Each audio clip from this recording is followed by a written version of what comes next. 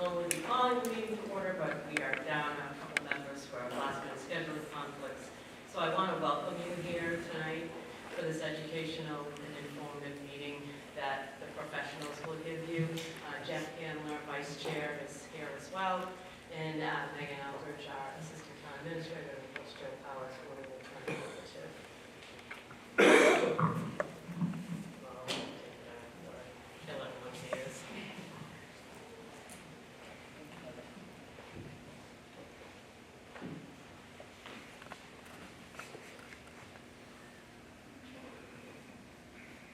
Thank you, Madam Chair. Good evening. As Madam Chair has indicated, I'm Joe Powers, Town Administrator here for the Town of Harwich. And in a very quick moment, I'm going to turn it over to our key individuals, our key representatives from the vendor, GHD, our engineering firm, to really walk you through an informative presentation. With the goal at the end of the presentation and for future board meetings, we're certainly hoping to have a discussion amongst it through the board this evening, but that will still happen at future meetings. But what you'll see tonight and what you'll hear tonight is the timeline and the plan for our next major wastewater project, which we are referring to as Phase 3A, which, as many of you know, is centering around the Great Sand Lakes area. So Phase 3A will have to go through every process that Phase 3 and the previous construction projects went through. Again, Jeff Gregg and Liz Cheeseman will go through that.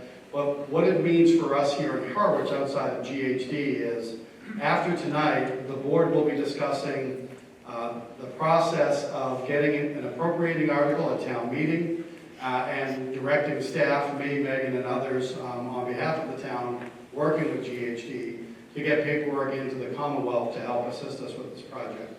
So the purpose this evening is to give you the latest information, the timeline as it relates to moving forward on the Phase 3A sewer construction project for the town of Harwich.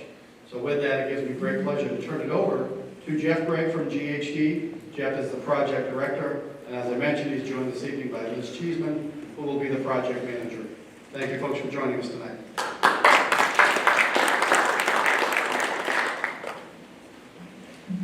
Thank you, Joe. I always have trouble with the mic, making sure you can hear me. Can everyone hear me all right? Yep. So as Joe introduced, got the wrong buttons already, Joe. My name is Jeff Gregg. I am a project director with GHD, and with me tonight is Liz Cheeseman, who is the project manager on the project. I will be doing sort of the project introduction for tonight's meeting to inform the group on where the Phase 3A project stands. So a little background on the 3A project. This was identified in the comprehensive plan that the town developed a number of years ago. That was formally identified as Phase 8, Great Sand Lakes area. It was part of that CWMP. It was then included in the Chatham and Harwich intermunicipal agreement. So the town of Harwich and Chatham entered into an agreement around 2017. Had some amendments in 2021, but it included picking up flow from the Phase 3 area, again referenced as the Great Sand Lakes area. And then in 2022, town made the decision that they wanted to move forward with ARPA funds for the project and to deal with the water quality issues that were identified as part of the CWMP. And then moving forward from there, the town hired GHD in 2024 to move forward with this and to start basically the first step in the design of the project that should carry us to around June 2025. That's when the ARPA funds expire. And then in terms of the timing, we'll get into this a little later, but the town would then also be looking at appropriating additional funds to finalize the design and go into construction this coming May that you alluded to. And that would be for the SRF submission, and that's a state revolving fund program that has provided the low interest funding source for phase 3, phase 2, and other projects that the town has moved forward with, and then also construction and construction phase services. So to give people a little context of the area that we're talking about, the area that's in this sort of yellowish area with the basically lines and dots in between on the roads, that was the initial area that was identified as part of the CWMP for potential sewer. The areas in gray are areas that are adjacent to those areas, and we are going to, as part of the design, do our due diligence to look at if there's the possibility of extending gravity sewer in those areas to pick up properties in sort of line with town's approach to, as they have sewers going by certain road areas, so we're not isolating portions of the town. In terms of the process themselves, we have a pumping station that we're trying to look at siting off of Wales Road, and then we'd be looking at either a connection to the existing phase 2 area, or the phase 2 area that's actually in town of Chatham, it's in Harwich, but then becomes sort of the Chatham collection system that was done at the same time as phase 2. So those are the two potential connection points into the collection system that ends up going to Chatham. We're still working, we're in early part of design, getting our survey and the like, so we haven't established exactly where the extent of the gravity sewer is. We have not finalized the pumping station location and confirmed all that, so there are things that may change, but this is the general intent of what we're looking at as part of design. Can I ask a question? I'm sorry. So I'm going to try my Irish whisper. So we only have one microphone. What we're going to do is have Jeff go through the presentation. We're going to share the microphone with the board members, then we're going to share with the audience to ask questions, but we need to go through the presentation first just because of that one microphone. It's relevant to the last slide though, and I think it's really relevant for everybody. So we'll go back to any of the slides if there are questions on that. Thank you. Okay. So in terms of designing gravity sewers, the goal is we want to try to maximize gravity sewers, but there are things that constrain the ability to do that. And they come from topography, utility conflicts, and other issues. So as we look at the various different conditions, we have to identify which properties have gravity sewer going by and will actually be able to connect by gravity. There may be properties, as we had in phase 3, that may have a gravity sewer that goes by, but based on the topography, where your house sits relative to the road, and other features, other utility conflicts, you may still have to pump in order to connect into the gravity sewer. And then there's some areas that will be served by what we call sort of low pressure sewers. Those would be properties that would essentially be on a grinder pump system. So it's a forced main, it's smaller diameter, it's a pressurized system that would then discharge into the gravity sewer system. Property conditions that impact how we design our sewers include some places septic systems are old, your properties have been around for a while maybe, and therefore there's not as much information in the Board of Health that we can work off of. So we try to work off of that information. The location of your septic system, maybe the septic system's in the back, so there's a walkout basement or a basement bathroom. Those impact the ability to get you by gravity to connection point. If you're low relative to the road, other conditions you may have retaining walls, pools, structures, landscaping that you don't want to impact, that will all play into connection. And then in terms of the utilities in the road, gas mains in it, it has drainage in it, it's got water mains in it. So we have to be able to work around those and design around those. We try to keep less than 20 feet deep excavations. That's a very deep excavation in sand. And that gets compounded by issues like high groundwater, which we have in some areas. So when you combine soil types, groundwater conditions and utilities, we may have to make adjustments to the gravity sewer, which may reduce the extent at which we can extend that gravity sewer. So we're working through that right now. We're working with the town on those decisions. And then the pumping station location. There's easements required, there's wetlands and permitting and other issues that we have to take into consideration as we look at those. So those are all things that we work through. So Liz and her team are working through that right now.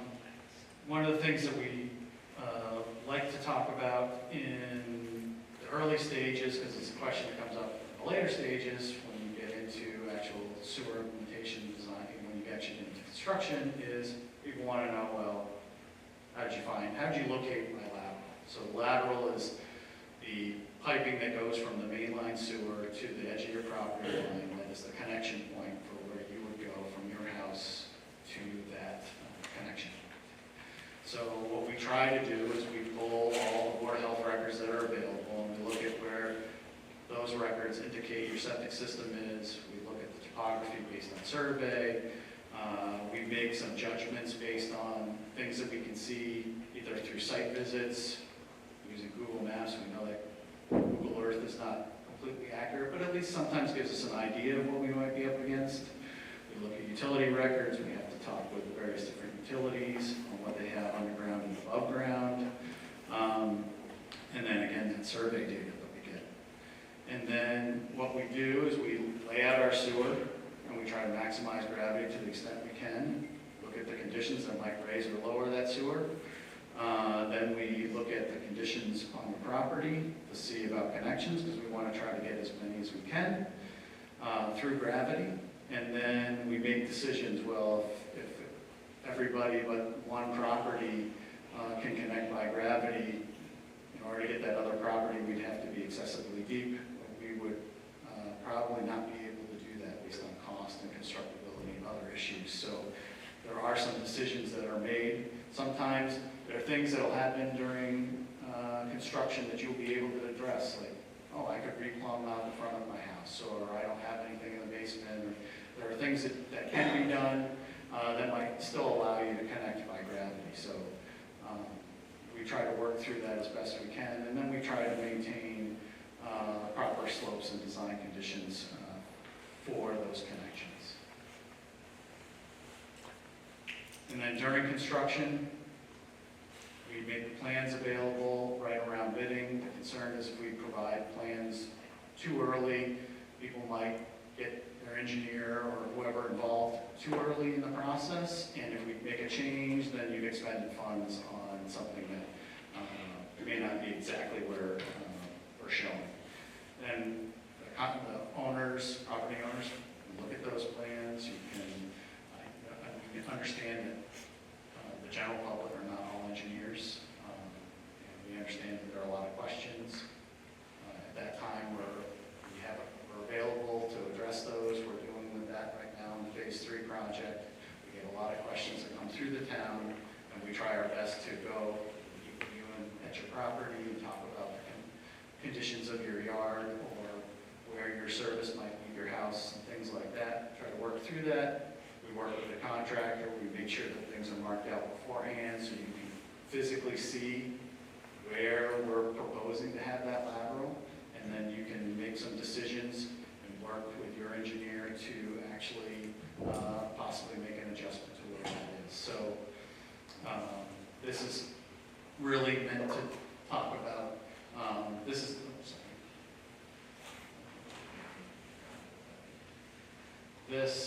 what is in the contractor's contract. It's a description, it's a notice that's provided to you to allow you to stake out where exactly you'd like your service, and then there may be some back and forth with that as well. So it's a process. We know it's not perfect, but we try to do our best to get it in the right spot as best we can, but we can't, anticipate what everyone else, what's important to everyone else. Some people say, hey, I don't like that tree, I want it taken down anyways. And other people are like, well, that tree is very important to me and I want to save that tree, and so I'd like my service to move. So I'd like to go over that now, just so people understand that there is still that process. And just so everyone knows, we will be posting this presentation on the town's webpage. Right now, there on the wastewater page, there is a phase 3 and a phase 2 information section. We'll add a phase 3A. I'll work with the town on that, and then this presentation will go in that same area as well. And what you can also do is you can look at some of the other information that was available as part of phase 3 and phase 2, because some of that also applies. We're in the early start of design, and those are in either construction or post-construction. So just some context. In terms of the pumping station, we're trying to minimize the site as much as we can. We're looking at trying to do something close to the edge of the road. This is an example from phase 3 area where we have a pull-off that's porous paver or grass pavers. We'll have an electrical enclosure, which I'll show you a rendering of what that might look like. We'll have a wet well and a valve vault that are essentially at grade. You'll have a small backup generator. There's a guardrail, or maybe a retaining wall or fence, depending on what the requirements are at the site. There'll be landscaping and the like. In terms of the station itself, this is ground level. So the wet well, which is this structure right here, which houses the pumps, and the valve vault, which holds the valves, and the flow metering are essentially at grade. So they just stick up a little bit, but it's like a 3 to 6 inch reveal. And at that station, like we have at the other stations, you'll have level and flow controls, alarms, backup generator connections. The town is elected to go with sort of a belts and suspenders kind of approach, and the town's water and sewer department remotely monitors all of these 24/7.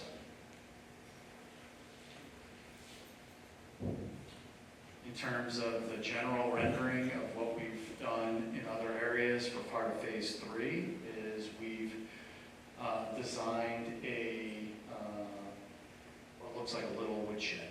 So it's intended to have cedar shingles, asphalt shingle roofs, little barn doors on either side that essentially just open up so that the panels are just inside the structure. So it's not a large structure. It's less than 100 square feet. Smaller than most people's sheds. It's intended to try to blend into the Cape architecture as best we can, but we can also work with the town if there's other feedback that we receive with regards to the desires of the neighborhood that it's in.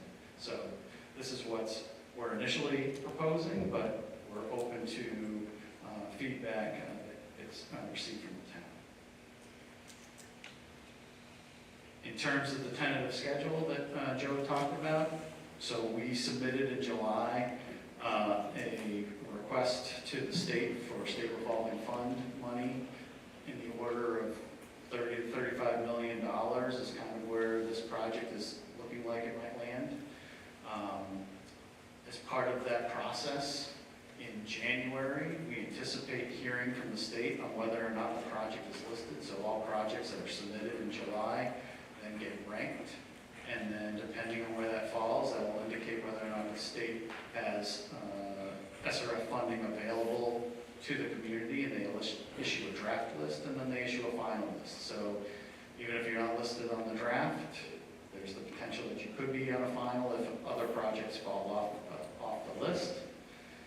The town would be in anticipation of that decision, looking to appropriate construction funds that we talked about before with the completion design funds around May. And then the application for the actual SRF, if they're listed, would be in October. And installed next year. And then there's some other items that all impact time. So obtaining of all your easements and permits is to be determined. That's anticipated that would have to be done all before the project goes out to bid. Potential bidding would be, if the project's funded, sometime in the spring to early summer, so somewhere in the March to June timeframe in 2026, so it goes around another year. And then construction would be, again, to be determined. Typically, you could start as soon as you've bid and signed up your contractor, but it is anticipated that you might not start until fall based on trying to get through the summer season. Duration, we're, again, an early design, so we will come up with an estimate for the town with regards to the design duration. Right now, it's probably like 2 to 3 years, and then your connection letters for if the town's project moves forward would be issued roughly 2 years. You would have essentially a 2-year period after construction is complete that you would be asked to connect by the town. As part of the process that we go through this, we've provided an initial cost estimate that was pre-designed, that was for the SRF funding in July. We will, as part of this project, do another estimate going into prior to town meeting for the appropriation in May. We will then update again when we submit in October, and then we will have a final cost update that we would do just prior to bidding to confirm that if there are any things that have changed, if there are any cost considerations. We're still, I know we're out of COVID and things like that, but supply chain issues still remain concern, so we make adjustments, and then we have discussions with the town like we did for phase 3 about additive bid alternates that could be possibly used to help deal with some of the costs. There are further discussions as well with DPW and the water department with regards to any other infrastructure needs in that area that haven't yet been incorporated into this project. That's why the number is a bit floating, because if the town decides they want to move forward with some additional stormwater work, or there's some other water improvements that need to be made, we would try to bundle that all into that appropriation this coming spring.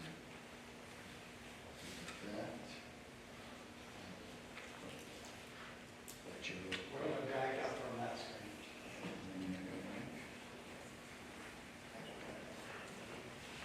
In a minute, Jeff and Liz are going to be available for questions.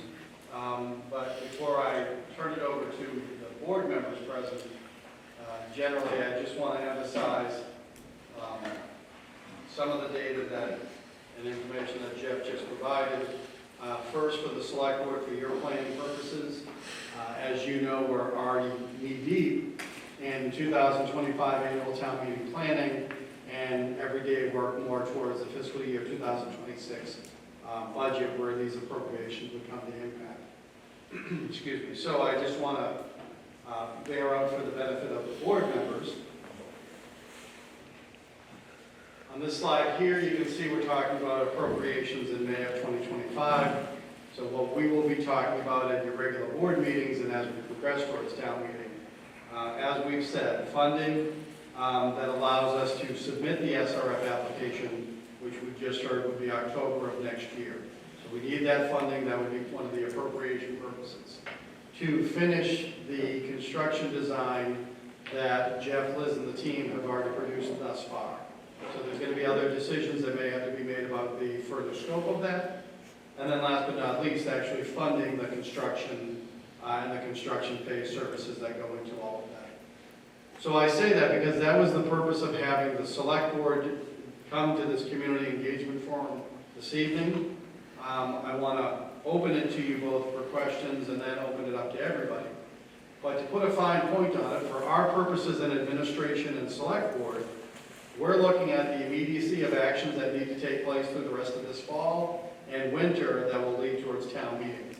And then I turn in the direction direction of you folks here who are keenly interested in this project, and remind you as when we gathered here last summer, or this past summer, saying that you want to keep May 5th, 2025 in mind.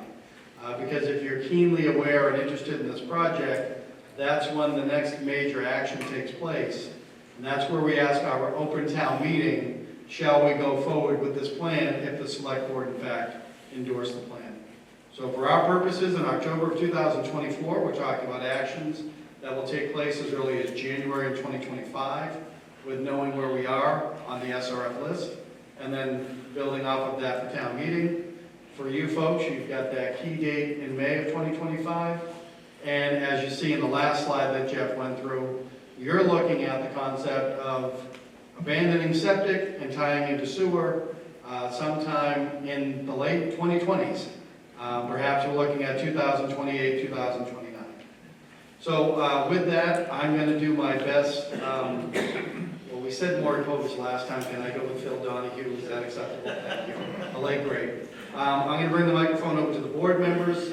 I'm going to try to facilitate answers amongst Jeff, Liz, and I, and then we'll do the same for the audience.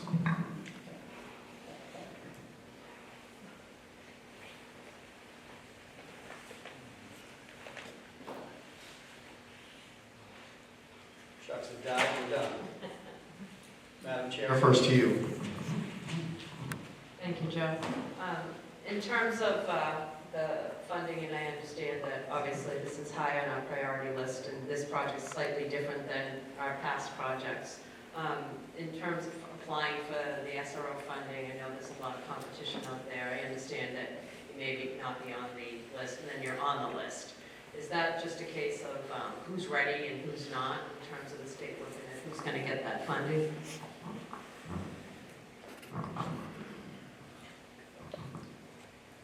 Yes, so as the state reviews the applications, DEP applies their own criteria. So they'll look at the criteria that's part of the application process. They'll see which boxes you check off.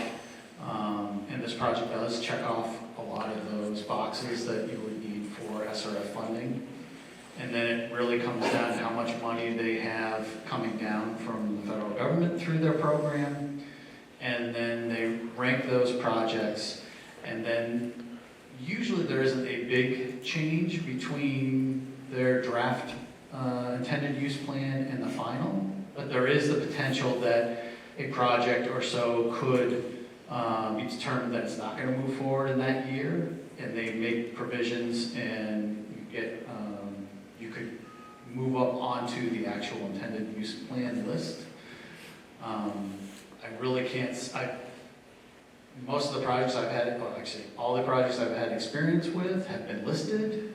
They've all been wastewater projects. They've all been tied with nutrient removal and implementation of comprehensive plans. So those are a lot of the big advantages that you have, but we won't really know until you don't know how many other communities, and it's not just Cape communities, it's the entire state. So there could be a lot of other projects that, and they want these projects to move forward, so they try to get as many projects listed as possible.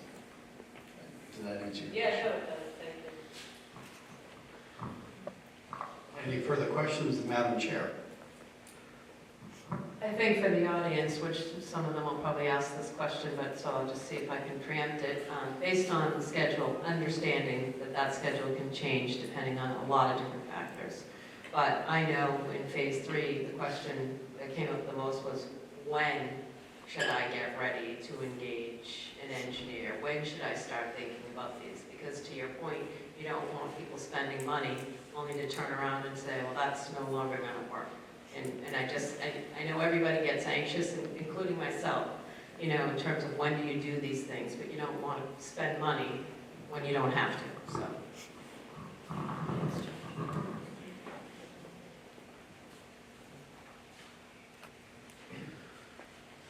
I guess my word of advice is I like to look at this as like a multi-step process.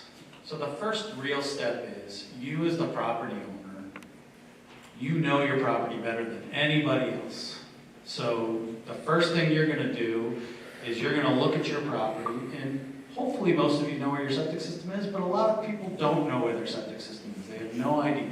And what we've tried to do, and we'll be doing is this part of this project as well, is we'll work with the town to get the septic system records. You can always get your septic system, so point of fact is you could go to the Board of Health and you could request your septic system plan and your records there. That's the easiest way and the fastest way. We will take the records that we've received so far, and like they did for phase 2 and phase 3, and we're trying to still get some of the rest of them up, because there's a lot of files. We will try to make those also available in another location with the other projects, so you could pull your record as well. And again, most people don't know how to read a plan, but they're usually clear enough that you have an idea that you can get a context. You know where your driveway is, you know where your house sort of sits on your property, so you can get an idea, hey, is my septic system on my backyard or my front yard? And so if you look at those things and then look at how your property is actually developed, do I have a pool, do I have a retaining wall, do I have landscaping that I like? You can get a vision of where it is that you might want to have your sewer go out. What'll happen ultimately, though, is that you're probably going to pick, more likely than not, where your gas line is, where your underground electrical might be, where your water service comes into your house. So we get that, and that's what we try to, when we look at it, we try to dodge all those utilities because we have to stay a certain distance away from those. But you could look at it, and then most people can recognize where their gas meter is, they can recognize where their electric meter is, and they can sometimes see where their water meter is, and sometimes it's in your house, so that's usually a little trickier. But you might be able to gauge where those utilities are, and so you just kind of become sort of familiar with your own yard.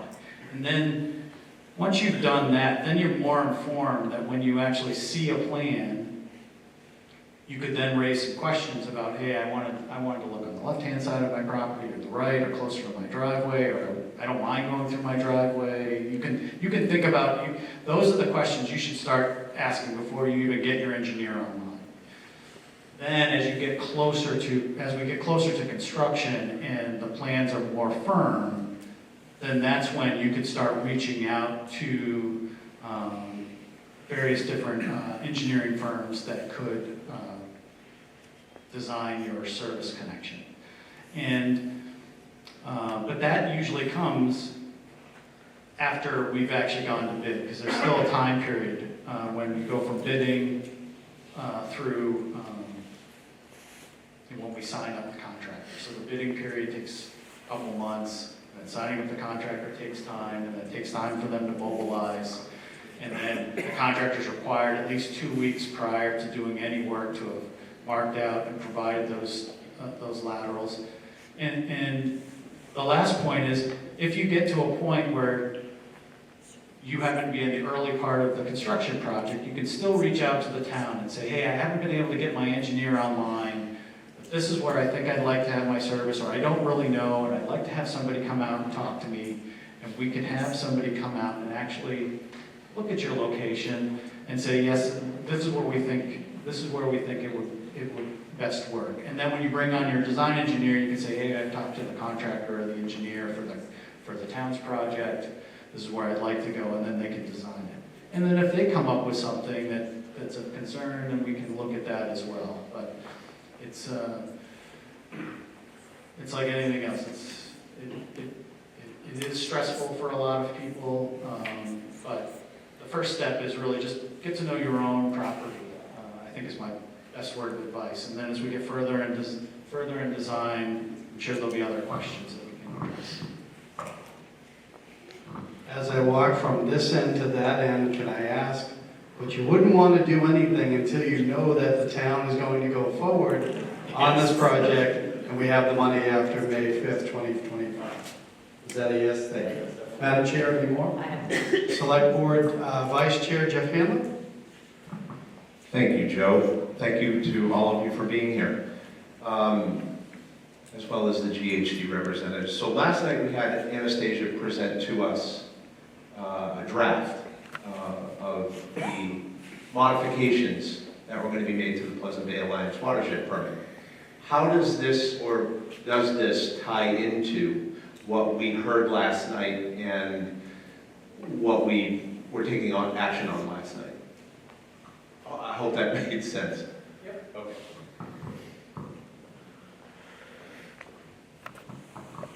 I admit, I didn't see the presentation, and I'm going to be doing a little bit of this from memory, but I'm pretty sure that this area falls outside of the Pleasant Bay watershed, so in the grand scheme of related to the watershed permit for Pleasant Bay, there's no, these aren't related in any, they're not related in any fashion. What I'm not familiar with is the state did issue their map of nitrogen-sensitive areas and areas that are, you know, would fall under the criteria for need of a watershed permit. So you have other watersheds in town, and I don't know where this falls relative to that. So I guess that's all I can say about that. Okay. Now for you folks in the audience, bear with me, I only have my dress shoes on. So if you could raise your hand, I'll give you the microphone and then we'll give it to the folks. Hi, thank you so much. Hi, everybody. Thanks to all of you for coming. Thank you all for the presentation. I have 3 questions, actually. The first, thanks for going back to this slide. Is this the slide I was talking about, or the next one that shows all of, there we go. Can you raise your hand if you live north of Queen Anne Road?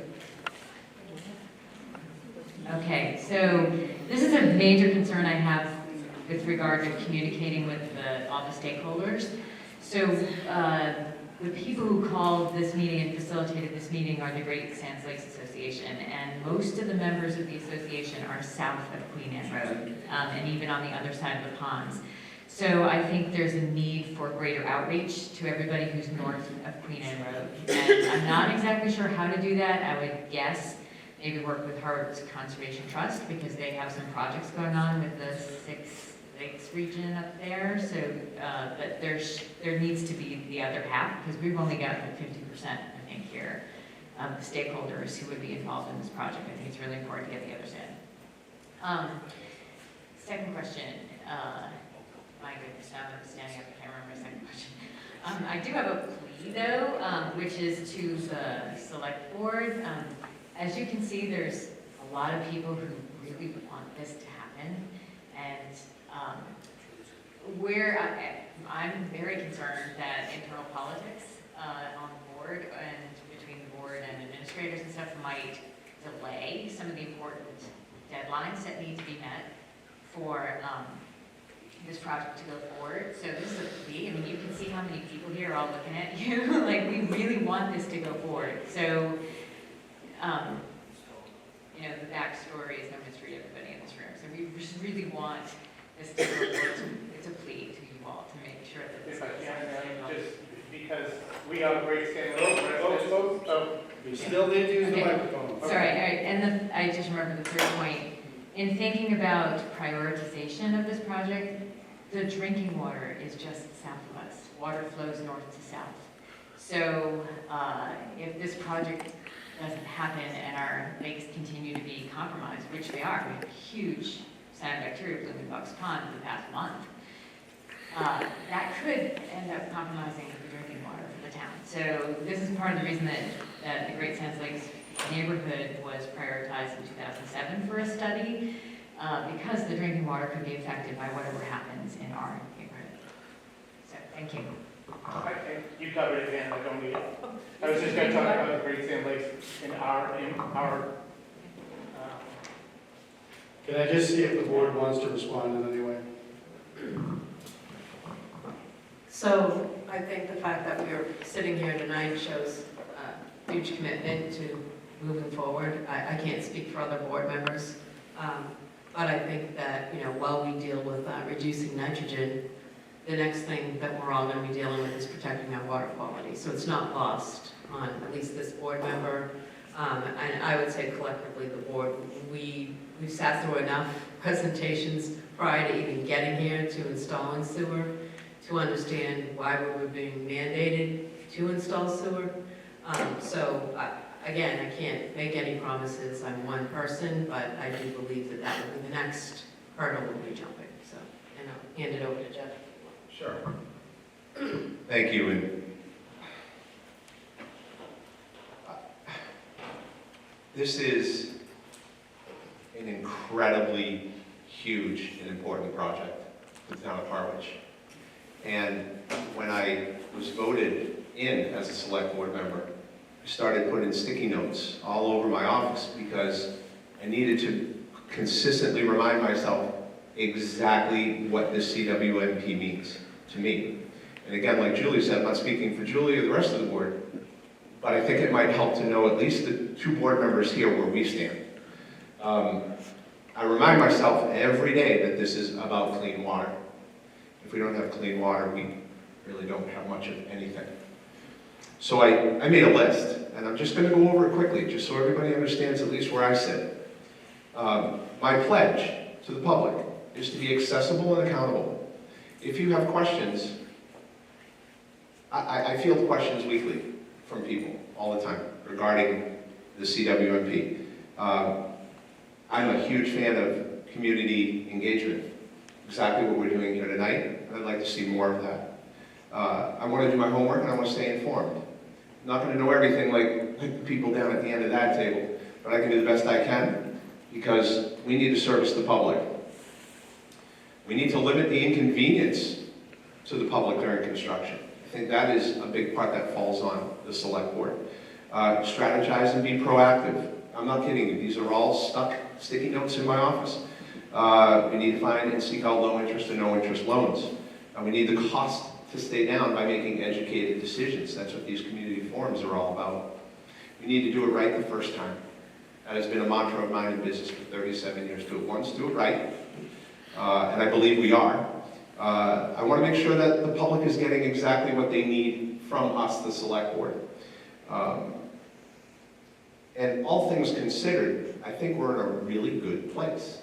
I think GHD is doing one hell of a job with strategy and with the process. And sure, we could all be doing things better in every arena. But for the most part, I am incredibly impressed with the amount of information that I'm getting from GHD. And at the end of the day, this is a customer service job that I'm in. I view it that way. So this is customer facing. Please, if there's questions, it doesn't have to be just kept to these forums. Reach out to one of us. Happy to meet with you, happy to talk to you. But this is important. As she said it, I'll say it, very, very important. So I thank you for bringing it up. I'm going to take just a moment if I could, because I heard in the question and comments a reference to the select board and the administrator. You folks look familiar to me, and I think I'm familiar to you. We were here back in the summertime. I was a guest at your association meeting. This evening, you were supposed to be present at a select board meeting, so a meeting of the public body and the executive board specifically. Regardless, I can say tonight as the town administrator, I needed this forum to happen and I need these conversations to happen tonight going forward. I cannot act unilaterally and I will not act unilaterally. The appropriation is a fancy word for an article. Only the select board place articles on the warrant with regard to projects and finance. Before anyone corrects me, there's a thing called citizen petition.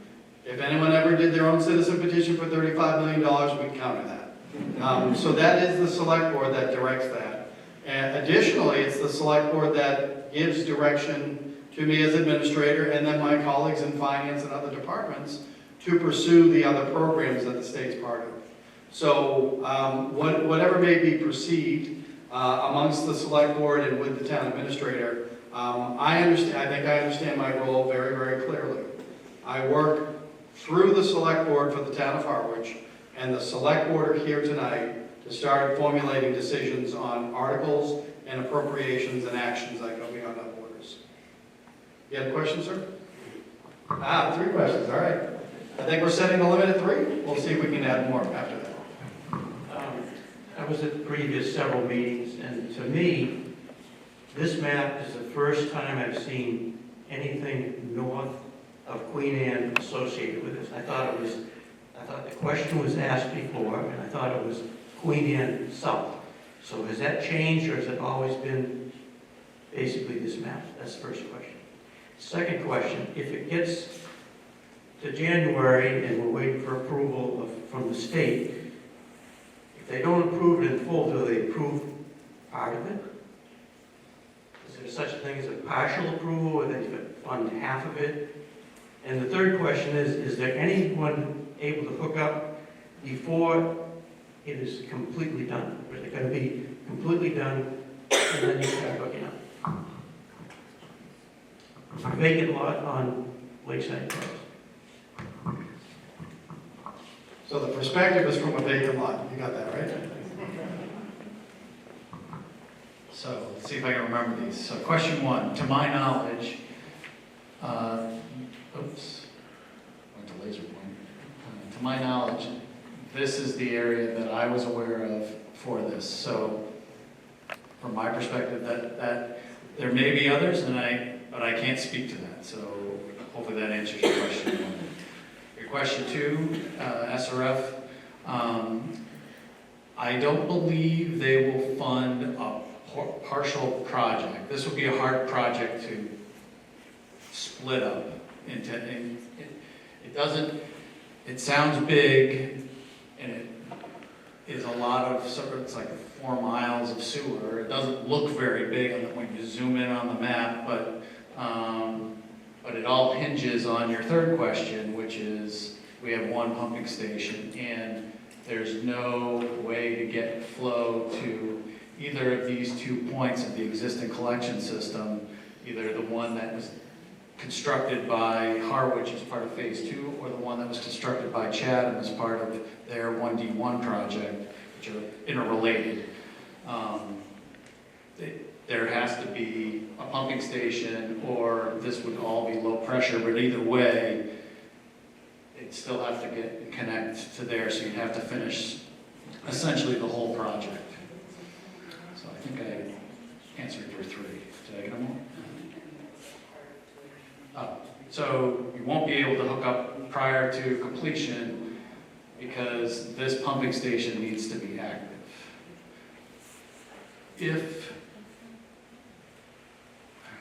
If the whole area was all served by grinder pumps, there's the possibility that you could have some portions connected before others, but it would have to be essentially from this end working its way out. And it would be more complicated. It is feasibly possible, but as most people, the desire is to get this all by gravity, or get as much gravity service as we can, which requires a pumping station. Hopefully I got all 3. We're about to find out. Any further questions? Yes. Hi. My dad lives at 10 Lakeside Terrace and is in the process of hopefully putting his house on the market. But it's been delayed because of the septic system. The initial plan was taking the entire walkway out and driveway out and essentially placing the tank 3/4 of the length of the house. So we would have had to put in a new driveway, we would have had to put in a new walkway, we would have had to block the front door and put in a new entrance in the side of the house. Aesthetically, really ugly, 6 feet tall. It's an odd lot. It's a very small lot. So then we went to the right of the property. There we have to move gas lines and water lines. It was still 6 feet tall, and I'm sure unappreciated to look at from the neighbor, who would have been left with that. Not only does that depreciate the value of my dad's property where he's lived for 35, 40 years, but it's really complicated things. We've been doing this since June now. were unable to put the house on the market because of these issues. We were hoping, because this plan is coming and in place, that there would be some kind of waiver to the fact that his current septic system is working just fine. It's in the front yard. And there's no issues with it. And are there ever going to be any waivers to keeping that in place if the new system is going to be here in 2028, 2030? We're not talking a lot of years. Can we sign something that agrees that we'll take care of the septic system currently in place? We're also looking at, as of this week, the IA system, the innovative alternative. That can go to the right of our property, be 2 feet smaller, and maybe not be as much of an eyesore for the neighborhood. But again, then we want to go to the backyard, to the rear left of the house. Not much land again. However, there's a massive old-time septic system installed in the neighbors. I would say that's 6 to 8 feet tall. And so what I'm being told is more than likely that wouldn't be approved either, because now it's in the backyard. So aesthetically, in many ways, you're asking my dad to lose money on his property and devalue it for a few years. And you're also leaving the neighbors who have lived there for many years with an eyesore. And I believe that we're in this neighborhood, Lakeside and Vacation, that is in a turnover now, which all neighborhoods go through at some point, and we're there. And so are we going to leave all these above-ground septic systems, put the cost on an 84-year-old man, $70,000, and also devalue his property when the system isn't that far away? What can we do to help people like him and the neighbors that have been there for a really long time? I don't think the town of Harwich wants a couple of streets with septic systems in the front. And yeah, someone with a lot of money could come along, buy the property, and maybe when the septic's in place, they could then demolish the current septic system, the one that you've required. But it just doesn't seem right. We're all for clean water. Trust me. We have always, always been for clean water and doing the right thing. But to put this burden on an elderly man at this point in his life, and the neighbors that have been there for years and years and years, and to really make a neighborhood unattractive down by the water, something has to be looked at, I would imagine, I would hope. So the town is going to look to our engineering partners to start with the answer to that question. However, I will say, and I know the board will back it up, we can have conversations offline to find out if there are programs and other things available in the short term, because we have a very specific situation that transcends just the Phase 3A. Having said that, I bought you some time. Do you have any responses? I don't know if you're going to like the response. It may go back to the town. I think part of the discussion is a Board of Health discussion, because they're the ones that approve your system, but it's complicated by the fact that it's I think a point of sale real estate issue. So because if your system isn't technically failed, then the system can remain in operation up until it is deemed, well, yeah, until it's deemed failed. What I don't know is, and Joe, this is where I think the town, I can't speak to what the town could do with regards to that process. Fair enough, thank you. I think we should talk after this. We'll certainly get information. We'll get the team working on it. Generally speaking, So I didn't know if I was going to have to call my health director. Let's send someone else out. There you go. Carrie Schoner, our health director. Good evening. I think for your specific situation, you and I can have a conversation. If the system's functioning, there's no requirement to upgrade. So that, I think, is where there might be some confusion. But I've looked at your file extensively, and I think you and I can connect and talk. And yet I still want to talk about other programs that might be available, because the other part that I heard you talk about is, the cost.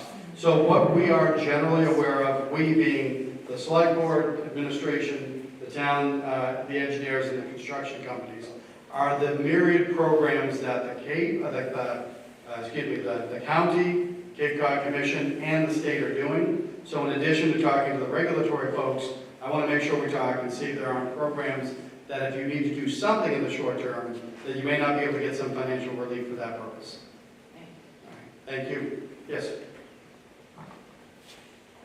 Thank you. The Phase 3A plan applies only to the north side of the ponds, and even though the south side of the pond, it's similarly high density, small lots, small septic, and I guess water flows north to south, and it's not as urgent, but is there a future phase plan for the south part of the ponds, or is that too much down the road?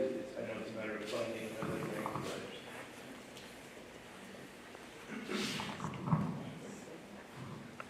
but... So there is not a future phase identified that I'm aware of.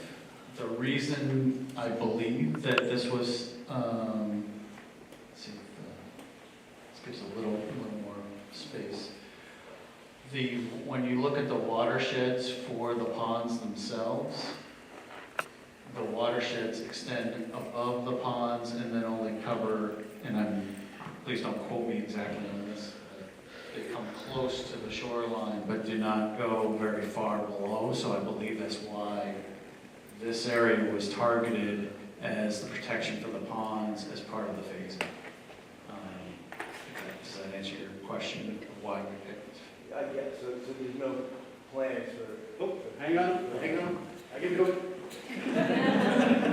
Want to change my mind? Sorry, could you say again, please? I was repeating my question. There's no future plans for anything to the south of the pond?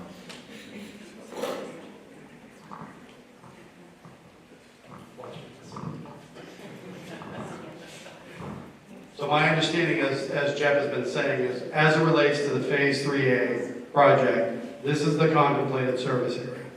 With regard to any future phases, this is where we end in the short term. The town is working with GHD, and that was a reference to another GHD colleague, Anastasia Rudenko, but we're also working with Mark Drainville and others on the team to reevaluate our comprehensive wastewater management plan. So that's the document, as you may know, that started all this. It's going to be 10 years old, if not older, soon. So 2 years ago, we got funding at town meeting to set aside funds to analyze it. What stopped that and what inhibited that were the changes that were just made really last year by Mass Department of Environmental Protection, Mass DEP, where they decided to focus completely on Cape Cod, even though they were looking to change their regs for everybody, regulations for everybody. We, the town of Harwich, have not gone beyond Phase 3A for future planning, because the next conversation we have is, if we're going to be maxed out with the flow, I love that word because it's so polite, the flow that we send to Chatham, this project, if the flow goes there, sort of taps us out. We've met what we've been paying for. So then the question becomes, what else, if anything, is the town of Harwich going to do for wastewater? And that's going to be determined by our neighbors around us, specifically the town of Dennis and or the town of Yarmouth, insofar as they have achieved permits for sewer treatment facilities. In preparing for this discussion tonight, I went back over some notes that I inherited, and I'm reminded that when the town pursued this back in 2016, and I will point out that this area here is not necessarily nitrogen abatement, it's definitely phosphorus, but it was the third of 5 goals that we identified. But if you read that letter, or that environmental impact report from DEP back to the town and to everyone that they needed to send it to, that document in the first 3 pages talks extensively about the sewer treatment plant, or, sorry, we're Cape Cod, the wastewater treatment plant that we're going to be building in Harwich near our transfer station. That went out the window long before I started here back in 2019. So beyond Phase 3A, the service areas that are anticipated, we're not ready to discuss the next phases yet. It will be predicated on our revised comprehensive wastewater management plan and what our neighbors may be able to take beyond Chatham. Did I put you to sleep anymore? There we go. Of course, Dave in the back. It'll warm my sketchers. Dave Callahan, Clearwater Drive. The slide presentation, is this going to be posted on the website?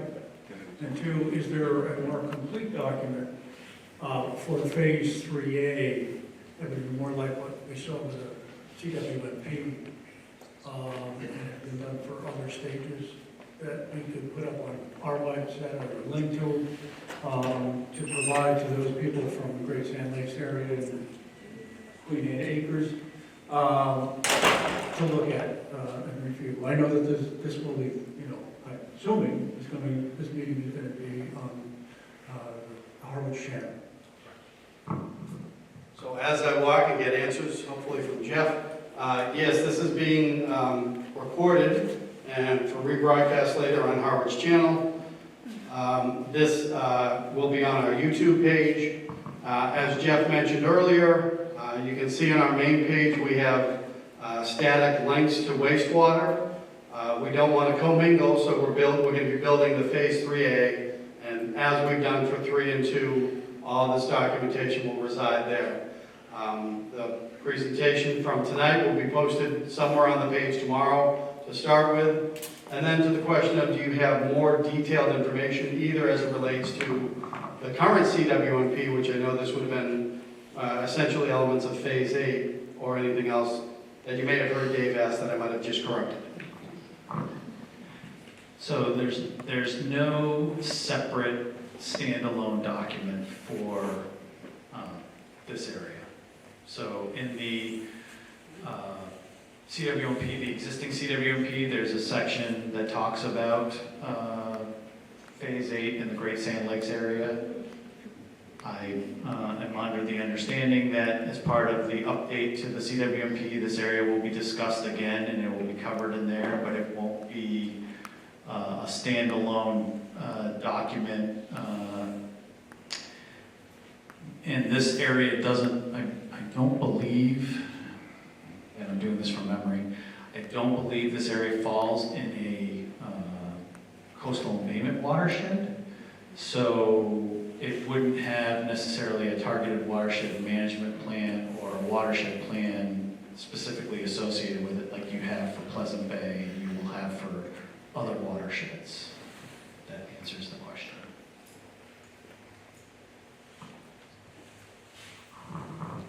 Any follow-up? What's that? I saw the middle first. I apologize to the back. I saw the middle first. We'll get to the back. Thank you. I have 3 questions. I'm with them. Has there been a mailing, a direct mailing to the affected property owners on both sides as a way to, it's not that big a group, so that would be a good way to get them. What stage of design are the drawings at? Like, is it conceptual or permit level, or where are you at with that? And then a question for you. Has the select board taken like a straw vote on this appropriation, or are only 2 of you here because you're the 2 who support it? Like, how likely is this to get on the... If I can begin with the last question first. The last formal action by the select board on this project was to sign the contract with GHD in June for the design. Prior to that, and that's why the emphasis was on this meeting tonight for you all and the select board, the last definitive vote on whether we want to pursue a project like this was August 22nd, 2022. So Mr. Handler was not on the board at that time, and Mr. Piekarski was not on the board at that time. So we do have 3 members that were there in 2022. We have 2 that weren't, so I think that's the best answer we can give with a straw poll, unless you want to add more to it. No,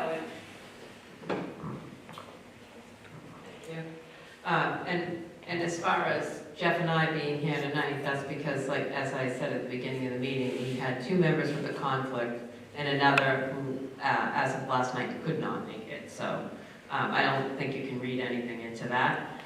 Ultimately, we've spent a lot of money as a town on the projects as we've addressed them tonight, and I believe we're committed to moving forward. Again, I can speak as one board member, but I believe that overall, you can see that this was phase 8, which is now 3A. So I think that speaks some volume, but I will say that Joe's point of different board members is also real. So, do you have anything you want to add? What she said. And now to the questions on design, etc. There was no formal mailing for this area, and right now we are roughly at 30% design, but we have no survey. So we're waiting on getting our surveyor out there, so we're waiting for information. So it's really conceptual at this point. So it's a bit more advanced than what you see on this, but not much. So the lines here represent, the ones with little black dots represent areas that we're trying to get by gravity, and the ones with the little red lines are low pressure areas. That's kind of where we stand right now. So now you say there's someone in the back. Yes, thank you, sir.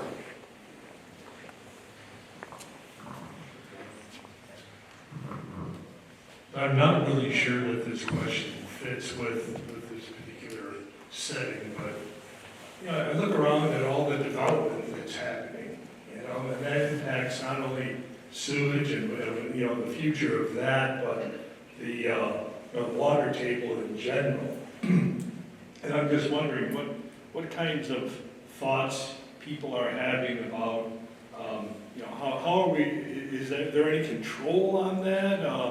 Are we just like hell-bent to develop and, you know, whatever happens, happens? It just, you know, it just hits me every time I go around and see all the development happening. It seems to impact this and what's happening with the water table and all of it. It's all together, you know? So as I walk away and potentially disappoint you with the response, that is a question that transcends certainly the project we're talking about, also the select board. I am still walking in the direction of the select board because I might have the right to pass it over to them. But I think what you're going to hear is we have regulatory bodies that are appointed by the select board, but that are meant to be autonomous, and those are the planning board and the zoning board, and they deal with those new projects and developments. The other thing I tried to do last time was talk about flow neutral. And I don't know how well I did the last time, so I'm going to try it again. But with let me get away from that. With these projects, the past select boards in the town still have the rule that whatever you had under septic, you will have under sewer. So sewering should not be an enticement for somebody to build. It's flow neutral. Whatever you would have had before, you're going to have going forward. So we don't believe that sewer is what's relating to that. I don't know that anyone else can answer where the development's coming from presently, but I'll look for relief and help from the board in case you can add to it. So, you know, I don't think you're alone in seeing all the development that's going on, not just in our town, in every town. And obviously, people have property rights, and as Joe referred to, the regulatory boards, the planning board and zoning board of appeals. And so they are the ones vetting those projects. Otherwise, if somebody has the appropriate lot size, the appropriate setbacks, etc., as of right, they're able to apply for a building permit and meet the requirements. You know, there's subdivision regulations and the boards deal with those. There's also, stormwater related to that. We just actually had a stormwater permit in front of us the other night, and they're very extensive. And it's, again, not on the town to maintain those stormwater drainage that are done for the homeowners in those larger subdivisions. So I don't know if that helps you in the sense that we, the board, can't regulate. The only other way would be zoning changes. And, if people wanted to start, looking at what zoning changes made sense, and, everybody has that right. And Joe mentioned petition articles earlier this evening. Everybody has that right at town meeting. I mean, they obviously have to be, what's the date they have to be in by anyway? I don't know that. So citizen petition articles are required by the charter to be in the second Friday in February by 12 noon to the administrator's office. Anything else? As we begin to, yes, here we go. I'll try my wind down later. Do you have 3 questions? There we go, thank you. So if we are in the yellow on this map, we don't really need to worry about it until after May 5th of 2025. And then, but we have to have our connection by March of 2026 figured out? Is that what I heard? So I'm going to start and say, as town administrator, and I think the select board would agree, we don't want you to worry about anything. Okay. And specifically, because the worry right now, and I should have said this earlier, I started here 5 years ago as a brunette. So this is what happens when you worry. You don't want to do that. No, but truly, we don't want you to worry because this is a government operation and it takes some time. And what Jeff was saying earlier is that we have the obligation to move things forward to a point where the thing you want to be focused on is the vote next May, if that article is there to fund the project to go forward. And then as we see in the timeline, and we'll continue to share, there are 2 to 3 year increments. So there's a period of time during 2026 when we would do bidding and construction. You can see there potential bidding, spring of 26, start of construction. It could be what we would say in the business as early as the fall 2026. It could be that construction doesn't begin until perhaps, say, the spring of 27. And then you have a construction period where we estimate is 2 to 3 years. Once construction's done, that's when the town's internal clock, where a notice goes out, construction is complete, everybody under this construction project, you now have 2 years to connect. And if I were going to worry about something as a homeowner, I think I would keep it to that 2 year period more or less. Is that accurate, Jeff? Or are you going to tell me not to worry? So you do, once the project goes into construction, there will be a point where we need the residents to respond. So the contractor's required, as soon as construction starts, at least 2 weeks prior to them working on any particular road. And so if there's several roads and the project takes several years, you don't know where you're going to fall on that schedule yet. But you would be asked to take the stake or marker and mark or confirm the location that's marked by the contractor. So the contractor will mark a spot of where the design shows your service, and you would get a marker, this little notice. Bear with me. You'll get a notice that'll look something like this, maybe on a stake, maybe on a placard sign or whatever, and you're gonna work with your engineer and locate that on your property. We need that kind of when construction starts. When the construction starts for your road, yes. You're gonna need to do that. So you may have to do some of that due diligence prior to it. What the town wants you to keep in mind is they don't really want you to start until we even get close to bidding. That's the key. And then there'll be another point where you have to think about it again when you're lining up your contractor, as Joe said, when you actually get the connection notice.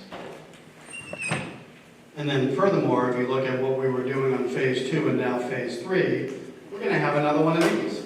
We're going to have folks come back because we have more relevant information, the timeline's becoming real, and we'll do some of these slides again. But you'll hear from us when that concern area and action item area starts to become real. Thank you. Right through.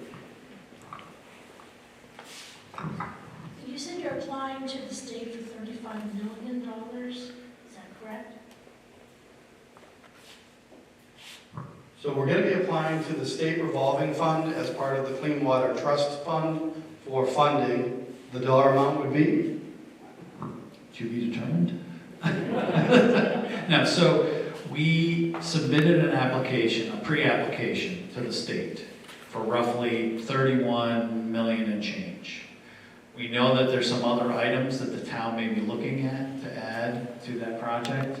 And we have to go through and do our due diligence with our cost estimating. So the first number is sort of the placeholder, and then there's a couple steps that we work through to get a better cost estimate.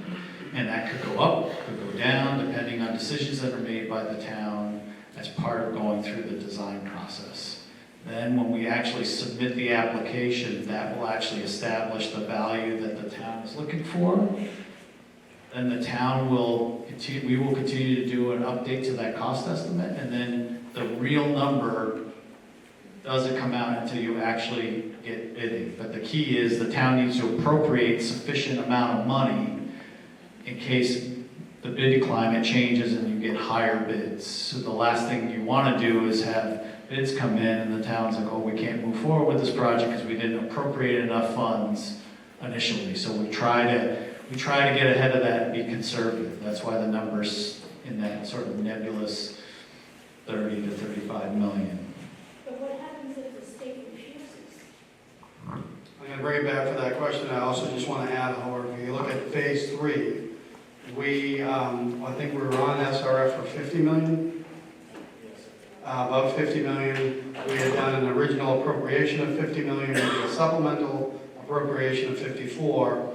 And then we were fortunate to have the contracts come in at 42. So we're always going to be looking at that higher number for appropriation. So your follow-up question, please. What happens if the state doesn't fund it? I'm going to rely upon the engineer, but the answer is probably going to relate it back to the select board and the administrator. So there's two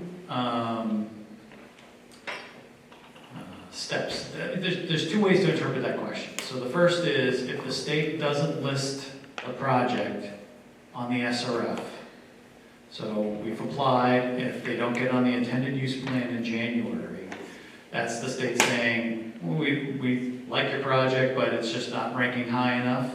The town can make a decision to still move forward with the project, or the town can make the decision to reapply the next year if they think there are going to be less projects available, and the state says, you know what, we think that you have a better chance even next year. We know your project. We'd like you to beef up these sections or do these things and maybe get you onto the list.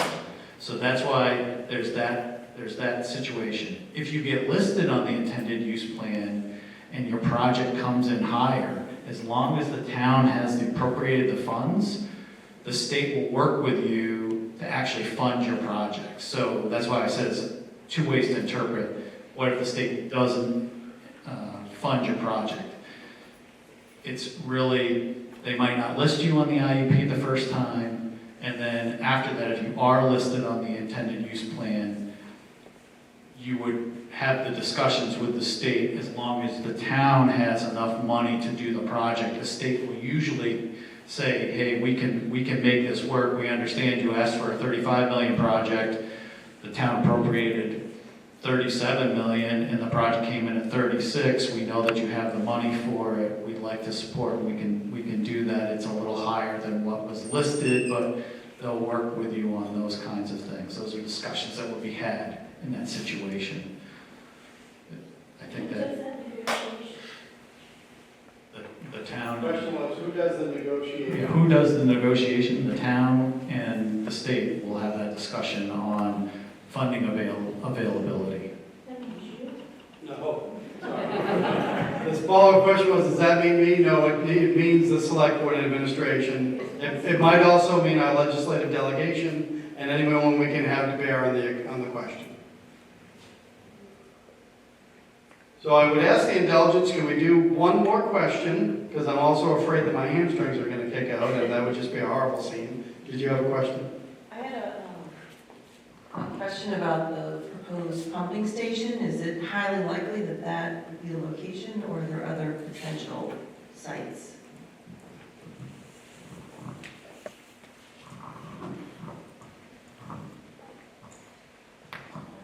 The short answer is that's the site we're looking at. The long answer is if people have space available that they're willing to provide an easement to the town of Harwich, I'm sure the town of Harwich would consider that. There are obviously limitations with regards to elevation of the property. Like if you're at the top of the hill, you have lots of land that still might not necessarily be beneficial to the town, but that's the answer to that question. I suspect there's going to be many more questions as we go forward, so we're going to continue the dialogue, but I think at this point, given that it's not a select board meeting and it's more of a talk show, I think we can begin to wrap up, but I do want to thank everybody, certainly you folks for remaining engaged and asking the great questions.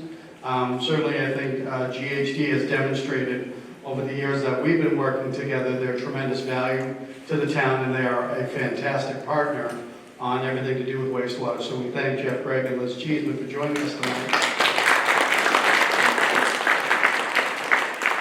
Even if they weren't my bosses, I would thank Select Board Chair Julie Kavanaugh and Vice Chair Jeff Handler for joining us this evening as well.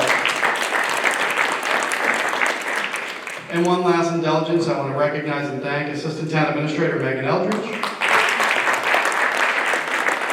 our Health Director Carrie Schoner, and never least but always last, I apologize, Matt Hamilton, the man on the camera. I have been your Master of Ceremonies. I mean your Town Administrator Joe Powers. Thank you, folks. Have a good night. Thanks for being